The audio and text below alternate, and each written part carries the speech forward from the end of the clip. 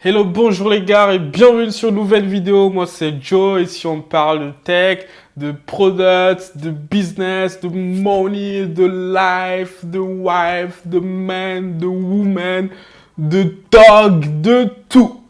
Mais surtout, le but, c'est de faire de la malade, de l'oseille, de la money. Donc aujourd'hui, j'ai envie de faire une réaction sur une vidéo que je viens de voir, puisque je viens de finir ma formation sur Notion, les gars.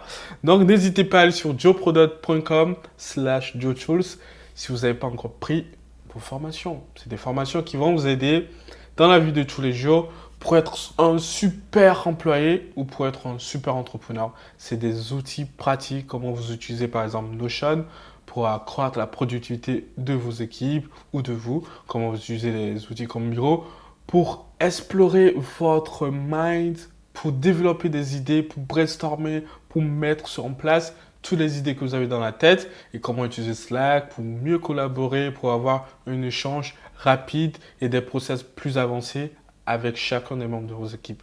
Donc n'hésitez pas, c'est sur joeproduct.com/JoeTools. Donc, vous n'hésitez pas à vous inscrire maintenant et vous avez 50% de réduction. À très bientôt. Ciao. Alors, du coup, j'étais en train de scroller. J'ai vu cette vidéo, un ex-trader qui analyse le loup de Wall Street. Si vous êtes dans le business, dans l'entrepreneuriat, vous savez très bien que le loup de Wall Street, c'est un movie à forcément voir. Voilà. Donc, n'hésitez pas à le voir. Je ne sais pas si c'est sur Netflix, mais n'hésitez pas à le voir. C'est très bien. Voilà.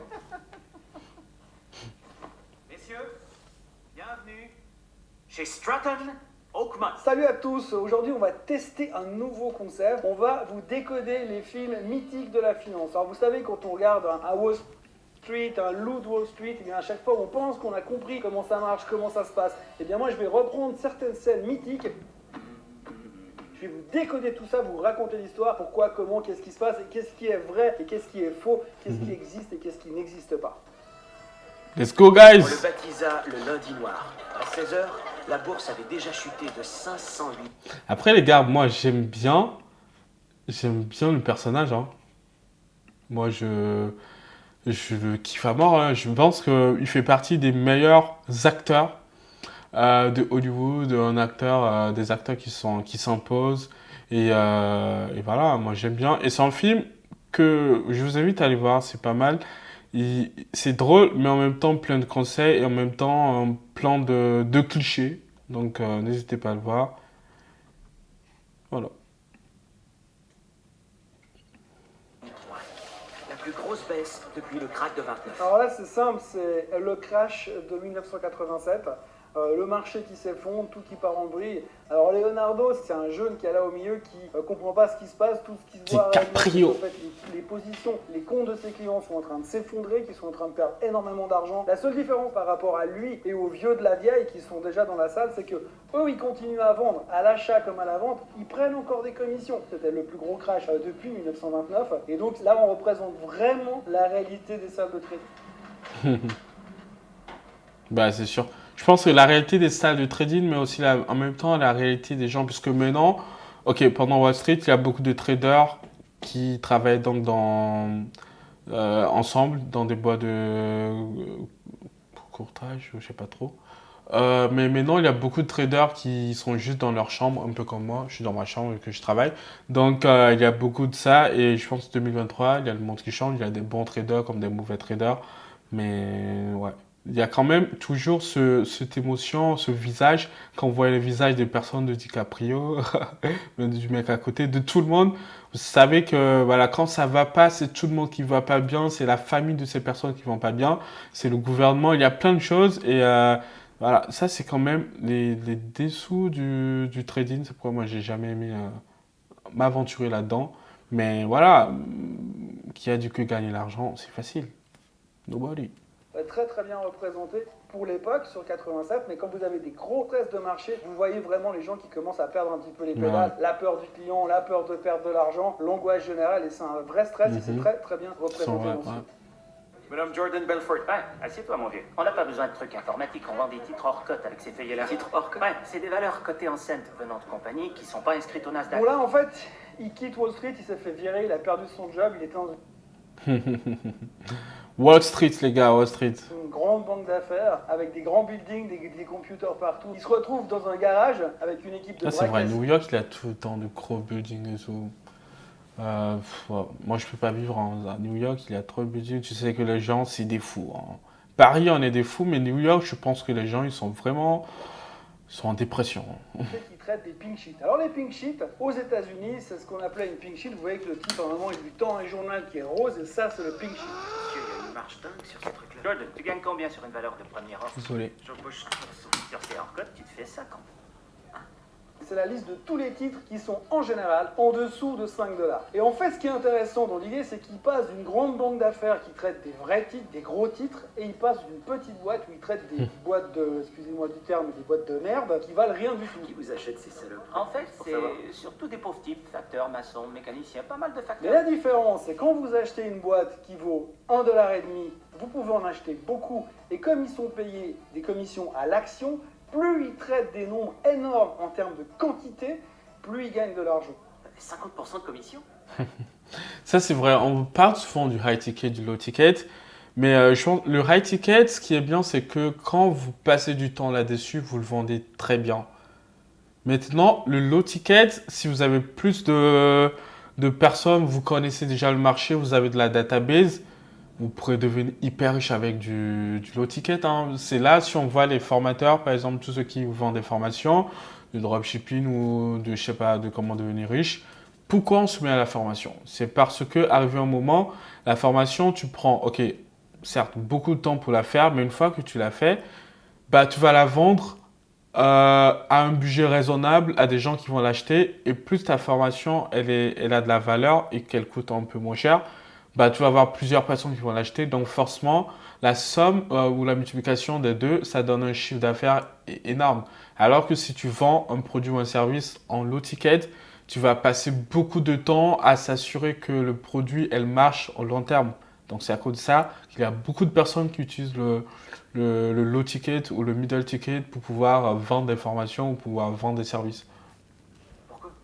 Donc si je parviens à écouler pour 10 000 $ d'actions, ma commission s'élève à 5 Mais à l'époque, on traitait ton par titre. Donc si vous vendez, je sais pas, et que les commissions étaient de 1 cent ou de 2 cents par action, eh bien si vous traitez 1 million d'actions, vous imaginez la commission que vous prenez au passage. Le client ne s'en rend même pas compte. Et à cette époque-là, ils étaient en train de monter une quasi-escroquerie. Mais est-ce que c'est réglementé ce genre d'activité ou vous faites ce que vous voulez?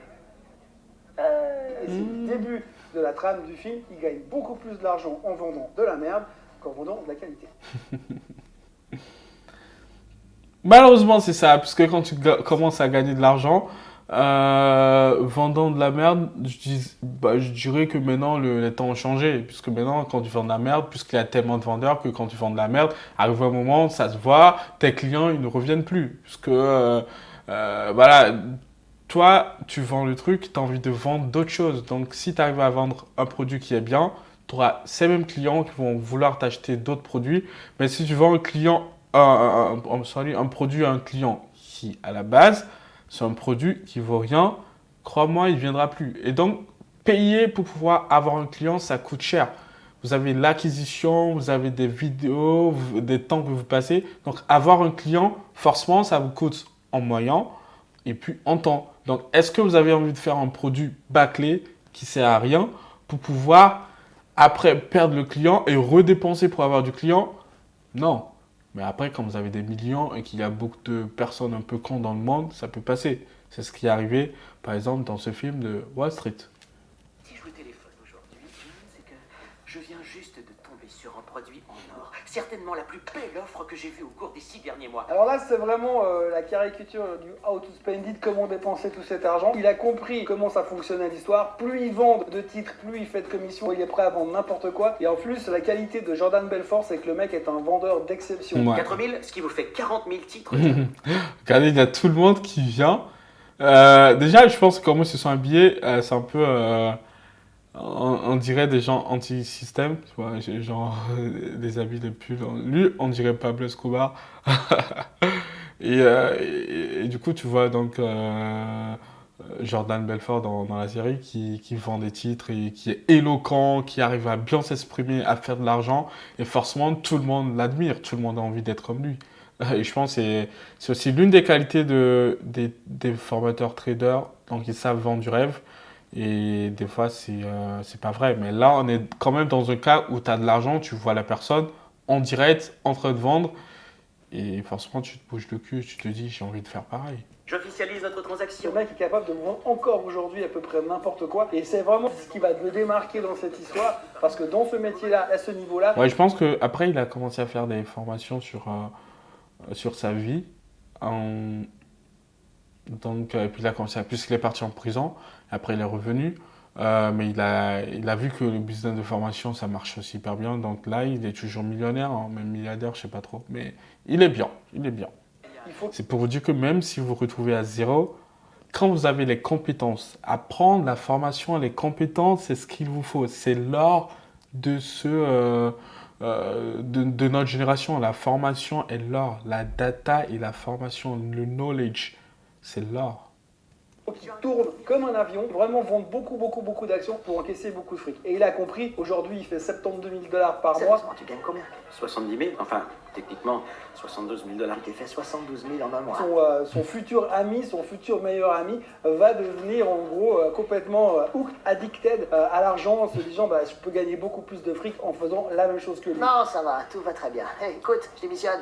Et il a vraiment démissionné. Et c'est vrai qu'à cette époque-là, le concept du pink sheet était... Moi aussi, j'en ai fait un peu dans la blockchain. Hein. Je travaillais en mode Norway et tout. Et je me suis dit, à la blockchain, il y a beaucoup de levées de fonds et tout. Parce que je pense qu'à l'époque, c'était Sora qui venait de lever à 650 millions, 604 millions. Et j'étais en mode, waouh! Tu vois, je pense qu'il y a tous les entrepreneurs qui se sont dit, mais il y a quelque chose qui se passe, je suis en train de louper quelque chose, tu vois. Et donc, beaucoup ont mis de côté ce qu'ils faisaient pour rentrer, pour essayer, pour ne pas perdre le train. Voilà, peut-être un truc de faux moi, hein, mais pour ne pas perdre le train, pour rentrer là-dedans avant que ça soit tard. Mais bon, finalement, ça s'est pas si mal, les NFT, mais le Web3, je crois toujours, je pense que c'est comme l'IA, il y avait un moment, je pense il y a 5 ans, 8 ans, l'IA était à son apogée et on disait, nanani, ça va changer le monde. Quand tu travailles comme ingénieur IA, data science, c'était bien. Puis après, ça s'est calmé un petit peu. Donc, chaque année, chaque période, il y a toujours des booms. Donc, c'est à vous de vous dire, ça va arriver, mais quand? Donc, quand vous apprenez des compétences, ça ne sert jamais à rien. Ça vous aidera toujours, ça vous sera utile. C'est vraiment une usine à fric où les gens dépensaient énormément. Et donc c'est vrai qu'il y a ce côté très flashy, je le dépense pour tout et n'importe quoi. Là en l'occurrence il roule en Jaguar type E et donc il passe son temps à dépenser son argent et puis il s'éclate dans la vie parce que finalement il a un job hyper agréable. Et ça, d'une certaine manière, c'est très proche de la vérité. C'est proche de la vérité, c'est vrai. Parce que quand vous gagnez de l'argent, je peux dire ça, c'est quand même la partie facile de gagner de l'argent par rapport à quelqu'un qui balaie, qui va faire 60 heures par semaine, ou un stagiaire qui va faire à la fois du stage, à la fois des jobs étudiants. Lui, il travaille bien, il travaille hardly, mais il ne travaille pas de manière réfléchie, alors qu'eux, ils vont travailler de manière réfléchie, c'est-à-dire qu'il va demander beaucoup de force mentale, mais pas forcément de force physique. Mais beaucoup de... Ouais, il faut se donner. C'est un peu comme des gens qui ont OnlyFans. Chez moi, c'est vrai, ils travaillent. Et c'est un gros travail que moi, je ne ferais jamais. Moi, vendre mon corps pour de l'argent, je ne pourrais jamais le faire. C'est avoir... ouais, c'est un coût de la dignité. Donc, toi, tu es prêt à vendre quoi? À échanger quoi contre de l'argent? C'est ça. Est-ce que tu es prêt à échanger du temps? Est-ce que tu es prêt à échanger de la force? Est-ce que la force physique? Est-ce que tu es prêt à échanger de la force mentale? Ton cerveau? Voilà, il y a plein de ces choses. Donc, tous ceux qui gagnent de l'argent, ils ont leur façon de gagner de l'argent. Forcément, c'est pas... certains des boulots sont pas, comment je veux dire, pour la société utile ou pour la société bien vue. Mais c'est quand même des travaux, c'est quand même un travail qui rapporte de l'argent. Et voilà, le trading, malheureusement, il y a beaucoup qui pensent que il faut juste s'asseoir, il faut faire des trucs et tu gagnes de l'argent. Il faut aussi savoir prendre du recul pour savoir encaisser, pour savoir voilà comment faire. Donc voilà. La seule façon de faire des profits dans la situation suivante, c'est de vous positionner sur l'affaire avant l'annonce d'entrée en bourse. Parce qu'une fois que ça apparaît en manchette du Wall Street Journal, vous avez raté votre chance. Alors là, il nous fait un cours magistral de vente. En fait, il explique comment est-ce qu'il peut vendre au mieux en utilisant toutes les bassesses de l'être humain. Relax, car le premier à prendre la parole, a perdu. Il faut qu'ils y pensent, qu'ils en parlent avec leur fichue femme ou avec le lapin de Pâques. En fait, on en a vraiment rien à foutre de ce qu'ils disent. Gordon Gekko dans Wall Street utilise ça parce qu'en fait, il utilise l'avidité du client. Écoutez, vous semblez être quelqu'un d'honnête. Merci déjà, tu vous rends riche ou pauvre. Il vient lui vendre une histoire en lui disant je vais vous C'est ça, on s'en fout de qui tu es. Le truc, c'est comment on te sent, quel est le ressenti que tes clients ont de toi. Qu'est-ce qu'ils pensent de ton produit? Est-ce qu'ils pensent que ton produit va changer leur vie? C'est ça, s'ils pensent que ton produit va forcément rendre leur vie encore plus agréable, qu'ils vont faire 2-3 fois, bah, ils vont forcément acheter ton produit. Mais si tu commences à leur dire, oui, en fait, il faut faire ça, il faut attendre que et puis, il faut faire... Non, ils vont jamais l'acheter. Le client, c'est comme toi, on a envie de prendre quelque chose qui rapporte vite. Bien, on n'a pas envie de perdre notre temps. Voilà, c'est un peu pareil. faire gagner de l'argent à tous les coups. Je vais vous faire petit à petit apprendre le métier. Il va le faire investir sur des big names.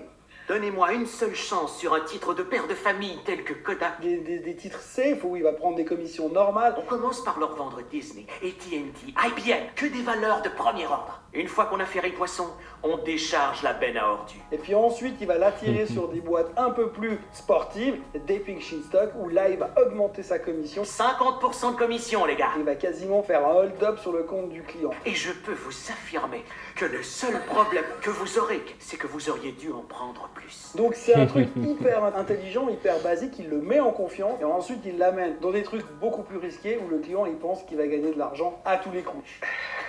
Ouais, le client, il pense, c'est ça, il faudrait que le client, en aucun cas, c'est vrai qu'il va dépenser de l'argent, mais il faudrait le faire croire qu'il est en train de faire une bonne affaire. Bah, ça peut être vrai qu'il fait une bonne affaire ou pas, tu vois. Mais quand même, quand vous écrivez votre rédaction, quand vous imaginez votre produit de A à Z, bah, il faudrait que dans la réflexion, dans le brainstorming, dans la création des specs de votre produit, qu'arrivé un moment, vous vous dites que votre produit, bah, il y aura tel utilisateur qui sera sur cette plateforme et il y aura tel problème. C'est pour ça, dans le langage produit, on parle de journée mapping. Voilà, tu mappes en fait l'utilisateur, quel est son touch point, quel est son pain point par rapport à l'utilisation de votre produit. Donc, arrivé un moment, il va se dire, est-ce que je me désabonne? Est-ce que je prends un plan supérieur? Je fais comment? Donc, il faudrait que votre produit arrive à satisfaire le client, à vendre un rêve au client et que le client se dise, au fait, je reste chez vous ou au fait, je m'abonne à votre solution. Femme risque de demander le divorce, mais ouais, c'est d'accord. Et ça ramène qu'en fait, il faut simplement avoir une belle histoire derrière. Quand vous voulez vendre un titre à quelqu'un, proposer une idée d'investissement, il faut avoir une belle histoire. C'est ça. Il faut raconter quelque chose autour. Il faut storyteller la force des grands vendeurs, la force des grands entrepreneurs. Elon Musk, Bill Gates, Zuckerberg, c'est des gens qui ont une histoire. Que votre histoire elle soit pourrie ou pas, ayez une histoire. Je dis pas d'inventer une histoire. Il faudrait, même si vous voulez storyteller, trouver quelque chose, mais il faudrait que la ligne, trouver des branches, mais la ligne, elle soit là. Pour que, même quand on creuse, il y a quand même une histoire. Et puis plus vous dites n'importe quoi, souvent, plus ça marche. Et soyez le bienvenu chez Stratton Oakman. Merci, je vais fêter ça avec une bière.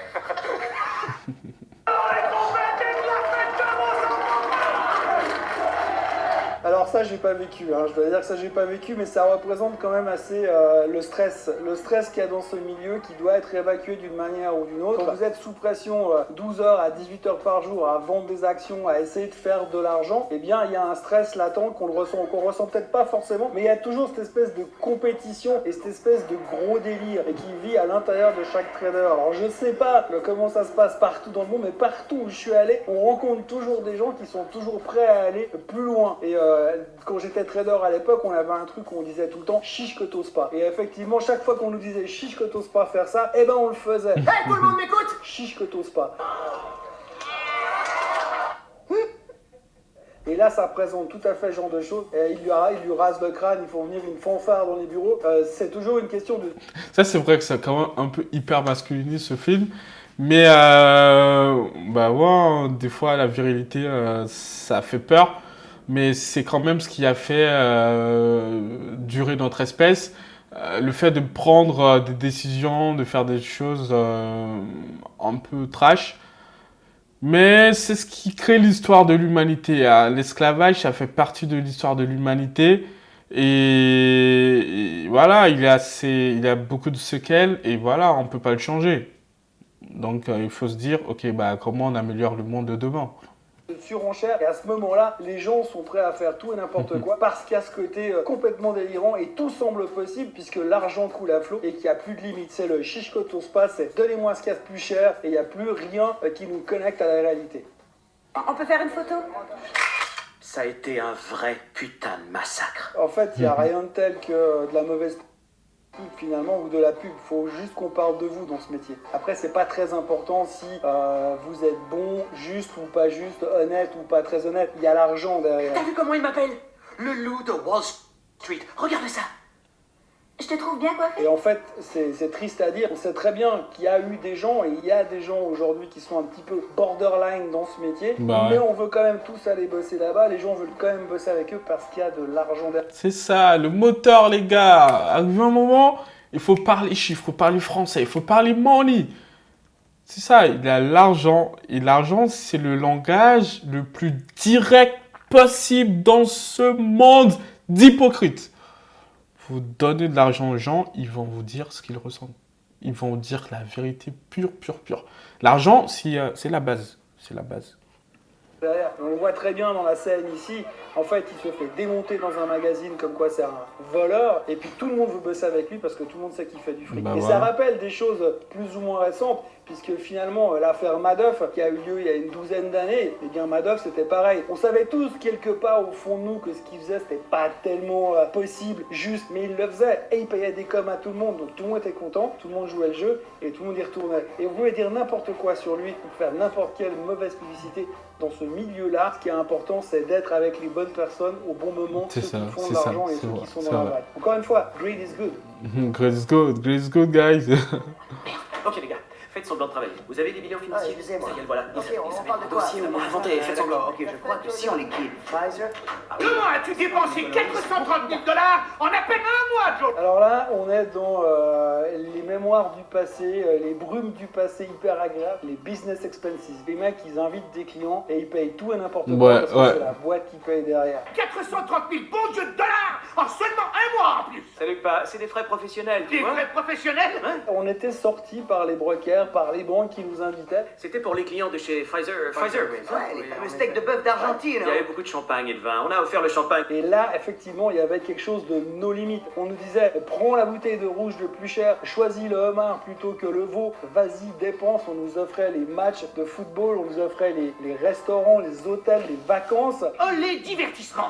Merde, c'est quoi ça, Olé C'est quoi, Jordan? C'est un réseau de prostitution. Voilà, c'est comme ça que ça s'appelle. Sûr, ouais. Bon, pour ce qui est du chapitre du cercle de prostitution, Ferme-la. bon, je parlerai qu'en présence de mon avocat, mais globalement, le reste, tout était payé et c'était vraiment une période absolument hallucinante. Aujourd'hui, sauf erreur, je crois que dès que vous avez un cadeau qui dépasse 100 $, il faut faire une déclaration sur l'honneur que c'est pas de la corruption et blablabla. Donc aujourd'hui, ça n'existe plus. C'est ça, ça n'existe plus.